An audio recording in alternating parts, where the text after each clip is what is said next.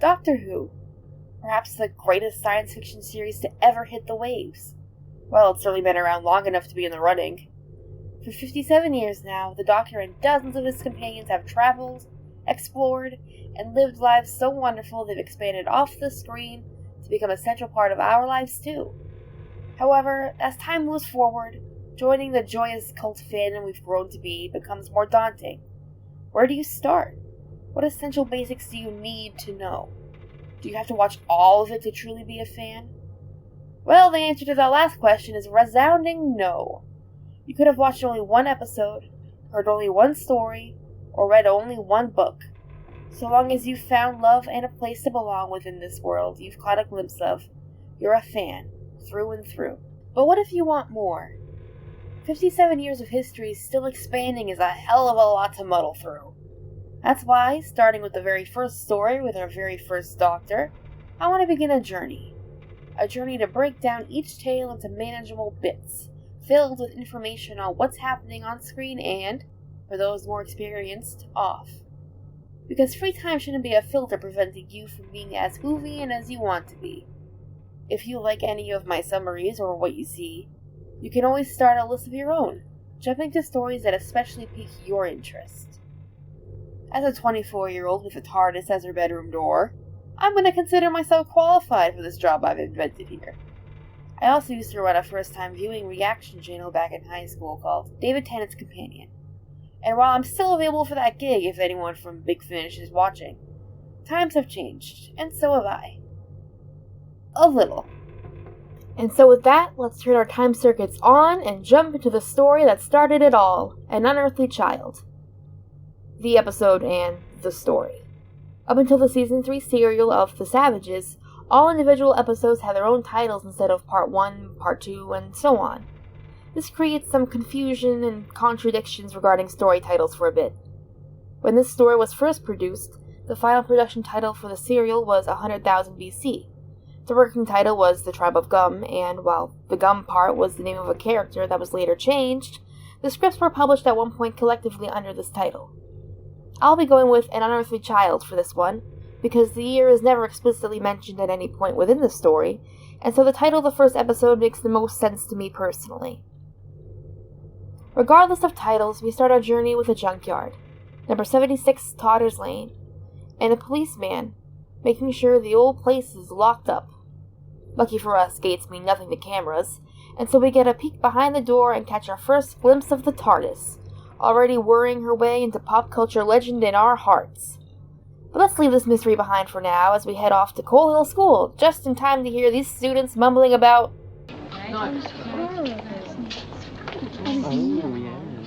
Well, about something. While they wander off home, history teacher Barbara Wright joins her colleague and confidant, Ian Chesterton, in his classroom next door, to express worries she has over a student they both teach. Oh, what's the trouble? Can I help? Oh, it's one of the girls, Susan Foreman. Susan Foreman? Oh, she your problem too? While Ian acknowledges her impressive intellect in science, his field of study, And let's her knowledge out a bit at a time so as not to embarrass me. That's what I feel about her. Barbara expresses worries over Susan's recent strange behavior in Guardian, whom they know little about. She seemed quite interested till I said I'd be willing to work with her at her home. Then she said that would be absolutely impossible as her grandfather didn't like strangers. He's a doctor, isn't he? It's a bit of a lame excuse. She admits to going to the registered address to have a talk with him and frets about what really lies at 76 Totters Lane. There's a big wall on one side, houses on the other, and nothing in the middle. And this nothing in the middle is number 76 Totters Lane. Ian decides to help Barbara solve the mystery, and together they settle on her plan. Oh, I thought we could drive there, wait till she arrives and see where she goes. Oh, all right. While Susan is grooving out to her transistor radio, Barbara and Ian join her, allowing Ian to show off his young and hip knowledge of music. John Smith is the stage name of the Honourable Aubrey Waits. He started his career as Chris Waits and the Callers, didn't he, Susan? As it turns out, John Smith and the Common Men isn't a real band, just in case you were foot-tapping along and wanted to pick up their latest record. I, too, am disappointed. After Barbara hands Susan the book she wanted to borrow, Ian offers Susan a spot in his carpool home. However, she prefers to walk. I like walking through the dark. It's mysterious. As the two teachers leave, she takes a peek into the text on the French Revolution. This could be considered a bit of foreshadowing to a future story this season, The Reign of Terror. That's not right. With the power of a car and a head start, Ian and Barbara arrive outside the address and begin their stakeout, reflecting on what led them to pursue this mystery in the first place. The truth is, we're both curious about Susan, and we won't be happy until we know some of the answers. You can't just pass it off like that. I thought I was just being a busybody. I'd go straight home. They also wonder more about Susan, remembering instances of great intelligence and ignorance by her in their classes. Well, I'm not trying to be rude, but couldn't we deal with 2 active chemicals? Then Red could turn blue all by itself and we could get on with something else. Do the problem that's set, Susan. I can't, Mr. Chesterton. You can't simply work on 3 other dimensions. Don't be silly, Susan. The United States has a decimal system. You know perfectly well that we do not. Of course, the decimal system hasn't started yet. This also marks the first time Doctor Who as a show has predicted something of the future accurately, as the UK did convert their currency to the metric system in 1971. While they wonder, they spot Susan entering the junkyard and, after hoping they'll be disappointed by normalcy, She might be meeting a boy. Didn't that occur to you? I almost hope she is. and Barbara expresses some feelings of apprehension, I feel frightened. As if we were about to interfere in something that is best left alone. Well, don't you feel it? I take things as they come. they follow. As it turns out, the junkyard's just a junkyard filled with a maze of eccentric curiosities. However, Susan's nowhere in sight, which is strange because there's only one way in and out, and that's behind them. After a quick trip, Ian tumbles and loses his flashlight, which we'll quickly learn becomes typical. Him falling, anyway. Despite the bad luck, he searches on. Susan! Meanwhile, Barbara finds a police box where Ian, upon closer inspection, discovers something strange. Feel it. Feel it, you feel it? It's a faint vibration. It's alive! While it scientifically puzzles him, Barbara's nerves start to get to her, and she asks to leave in search of a policeman for help. However, before they can depart, a new character comes into play with a cough. Is that her? Weary of the stranger before they ever catch sight of him, Ian and Barbara hide behind some of the scrap and watch as he enters the lot. And here's the currently man himself, the Doctor, played, of course, by William Hartnell during his first incarnation. As he's about to enter the police box, Susan calls out to him. There you are, Grandfather. I'll be honest, it's kinda weird, considering the door's not open.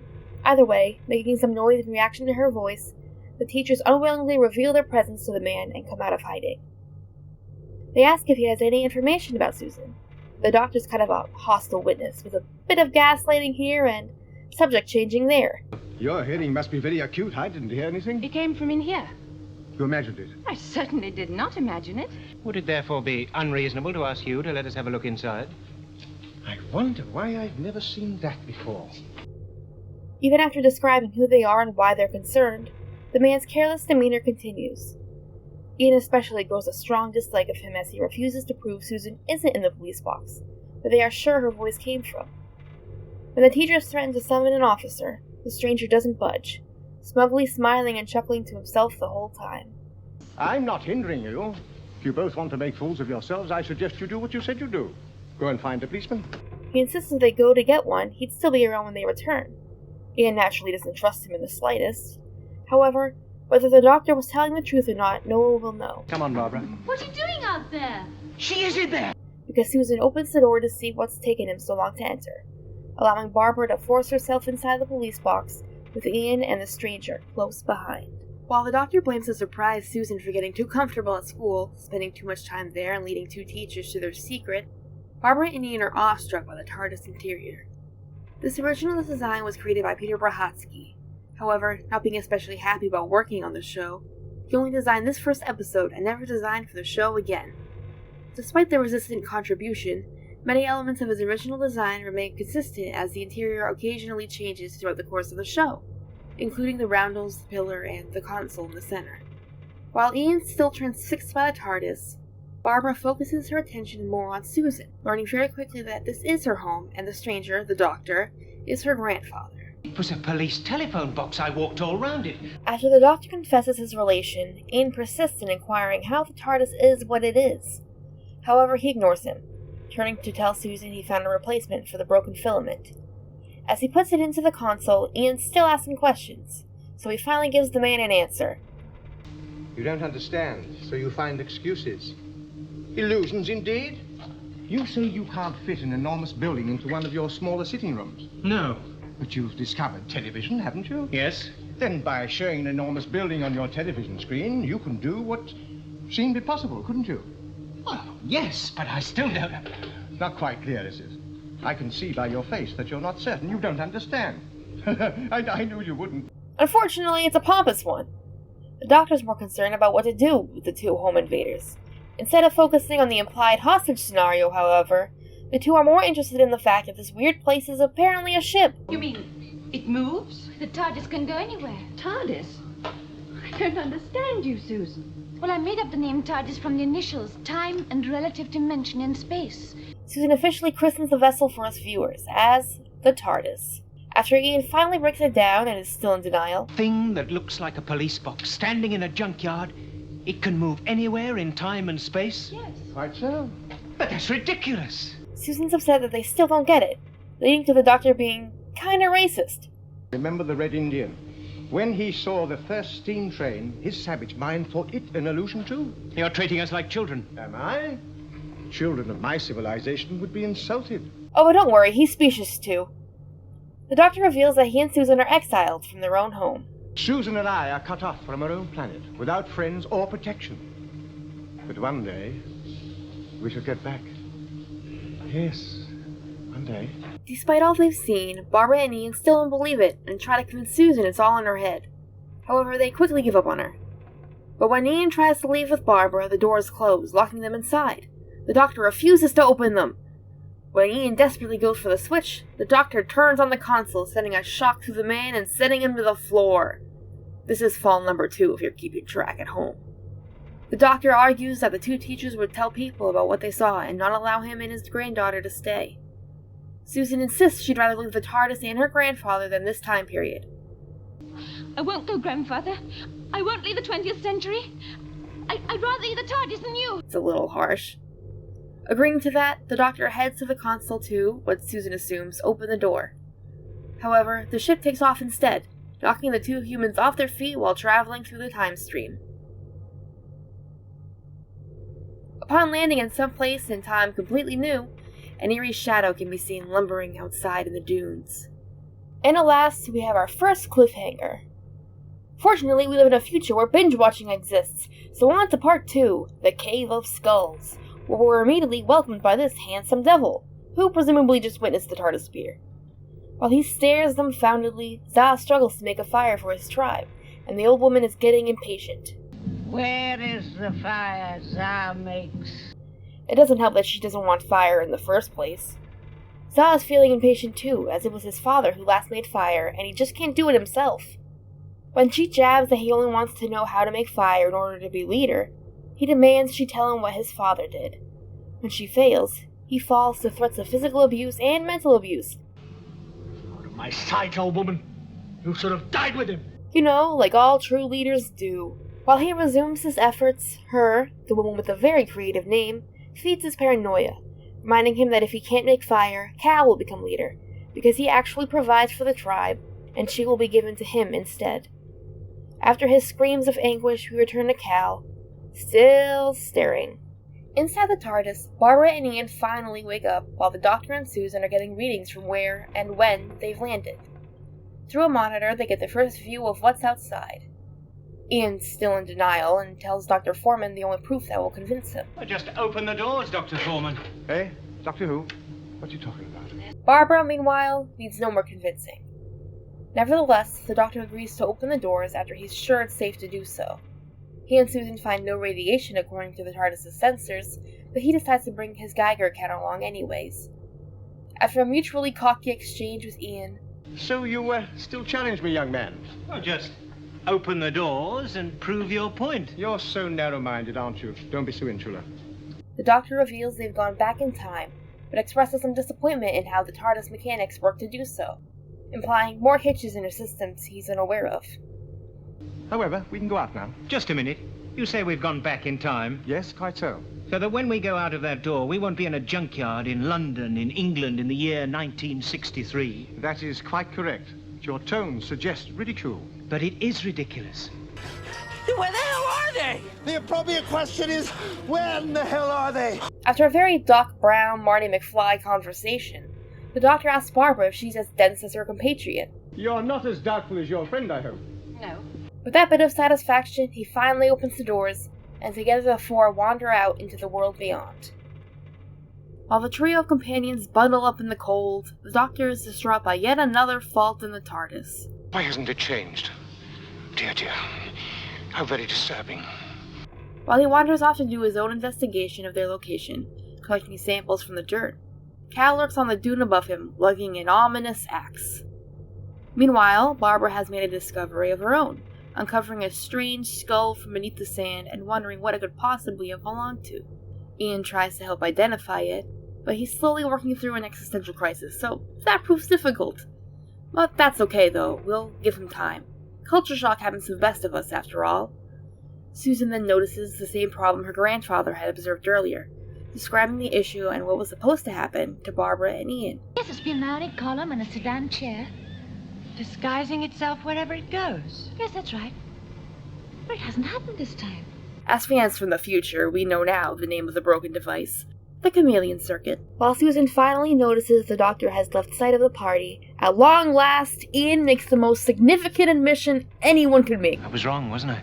His worries now fall on what happens next to him and Barbara, seeing as it's kind of hard for them to go home after this. Fortunately, that quickly takes the back burner, as while the Doctor lights his pipe for a smoke, he's attacked, and his cry leads the trio rushing to his location. By the time they get there, he's gone, having left all his equipment, his notebook, and even his hat behind.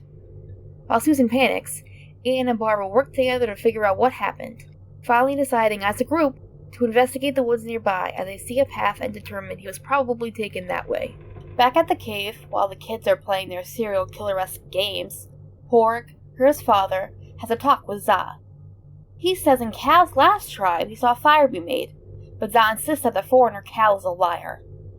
Basically, Za and Cal are just two candidates flinging mud at each other until the cleanest one becomes leader.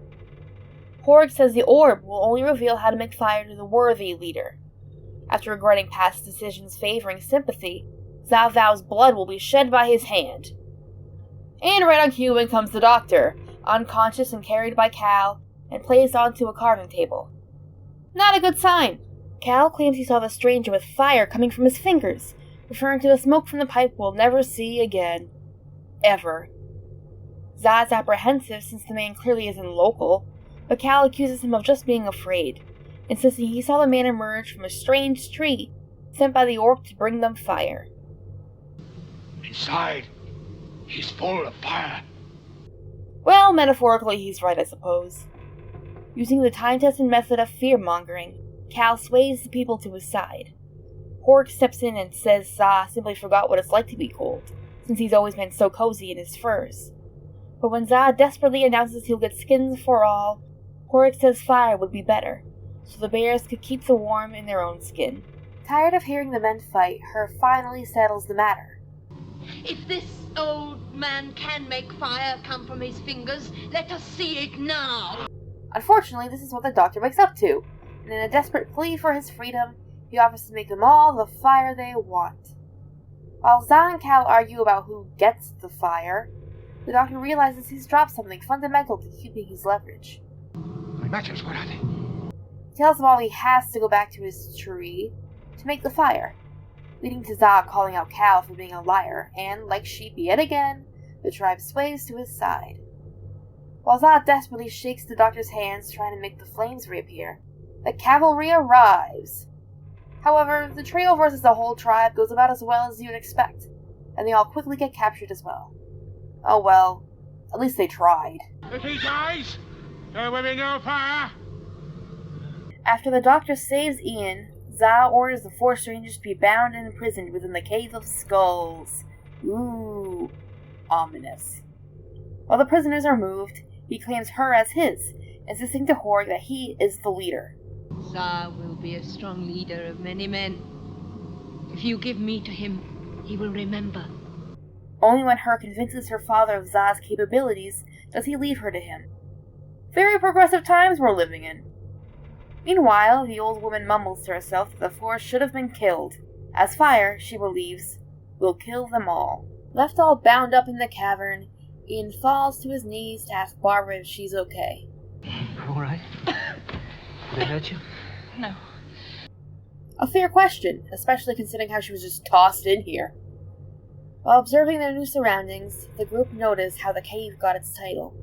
It's filled with dozens of skulls, all with the same axe-shaped hole in their heads. Well, I know you all want to see what happens next and hear some more interesting behind-the-scenes info, like all these skulls are real, and the actors complain about fleas in their furs. In the interest of keeping these videos relatively brief, we'll continue with this story in part 2. Until then, I hope you all enjoyed the beginning of our journey and are just as eager to return to the TARDIS as I am. Until next time, allons-y!